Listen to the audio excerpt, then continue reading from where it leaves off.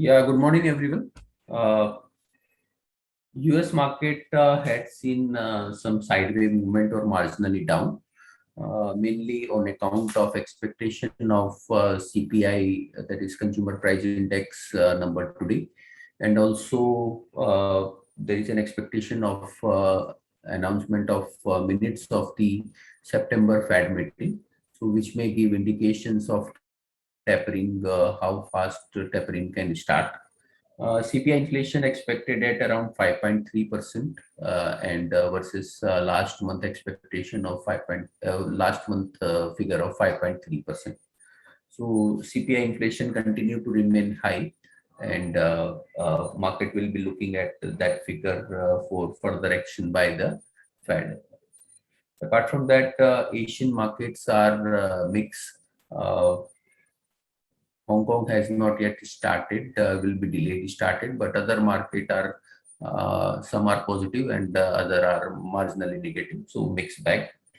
Whereas US futures are also marginally lower. Apart from that, commodity is seeing some correction today.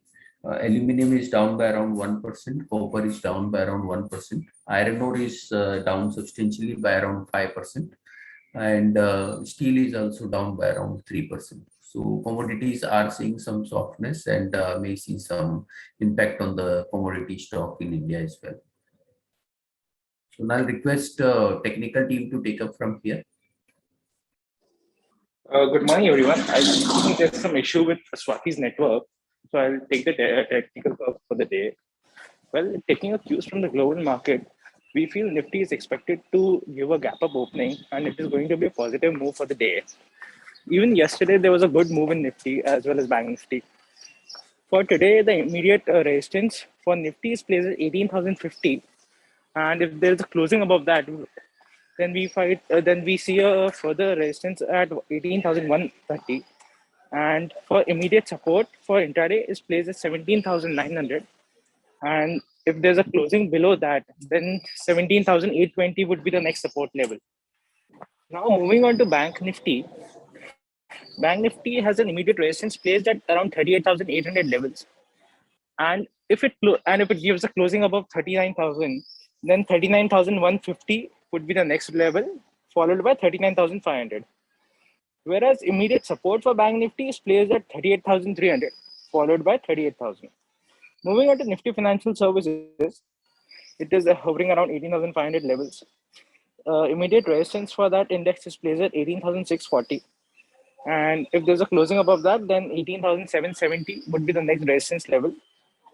And immediate support for this index is placed at 18,500 and 18,400. Moving on to stock specific, REITs look good at the current level. One can have a long position for a target of 305. We have already initiated a buy call on this. Also, Amaraja battery is looking good at this level. One can have a long position for a target of 810 with a stop loss of 754. That's all from my side. I request derivative guys to take the call forward. Yeah, thank you, Ayush. See, on the derivative front, again, nothing much has changed. The only very important factor is the Nifty moved above the 18,000 levels. Now, 18,000 levels is was a strong resistance on the upside. Of closing above the same is good for the index. However, highest call base continues to be at the 18,000 call. So if we close for a second time today above the 18,000 level, you'll see liquidation coming in at the 18,000 call and 18,000, and it can shift to 18,500 odd levels, leaving Nifty for a further up move up to the 18,500 odd level. So remains to be seen what the data comes in for today, but closing above 18,000 is positive for the index. The VIX continues to remain around the 16 odd levels. If it decreases below the 15 levels, it is good for the markets overall. The PCR is at comfortable levels. From the stock specific front, we continue to like PSUs. PSUs have done well, but now with the yesterday's move, the banking PSUs like Canara Bank, SBI, Bank of Baroda, they have done pretty well. We believe they will continue to perform on the upside. So they've all witnessed some price and open interest breakouts. So do go ahead and buy these stocks. You will see a good gain coming in these stocks. That's it from my side. I like to have the fundamental team to take over. Good morning. Bajaj Finserv has incorporated Bajaj Finserv Mutual Fund Trustee Company, the AMC company. This will be a wholly owned subsidiary of Bajaj Finserv, so that is positive for the stock. Also, yesterday, Tata Motors witnessed good news. TPG, the global investor, shall be investing 7,500 crores in the form of compulsory convertible preference shares, and it will be getting a stake of between 11% to 15% in the company's EV business. So the EV business will be separately separated into a different subsidiary, and so based on this capital infusion, the valuation of that EV subsidiary comes to $9.1 billion, which is almost close to half of Tata Motors' current market cap.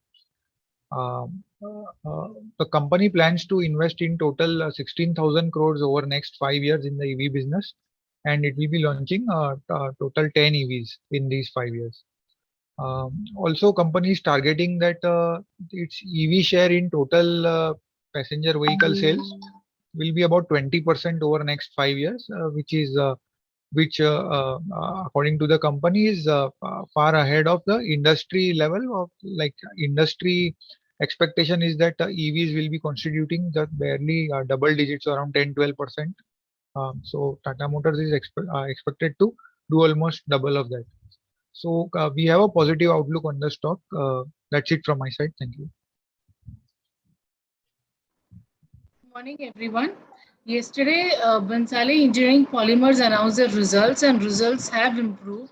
The sales grew by 22%, and the company also witnessed improvement in the margins, though on a small base, though very little on the Q1Q, but there's a big jump on the YOY. But we have been seeing that last 3 quarters, the company has improved its margins.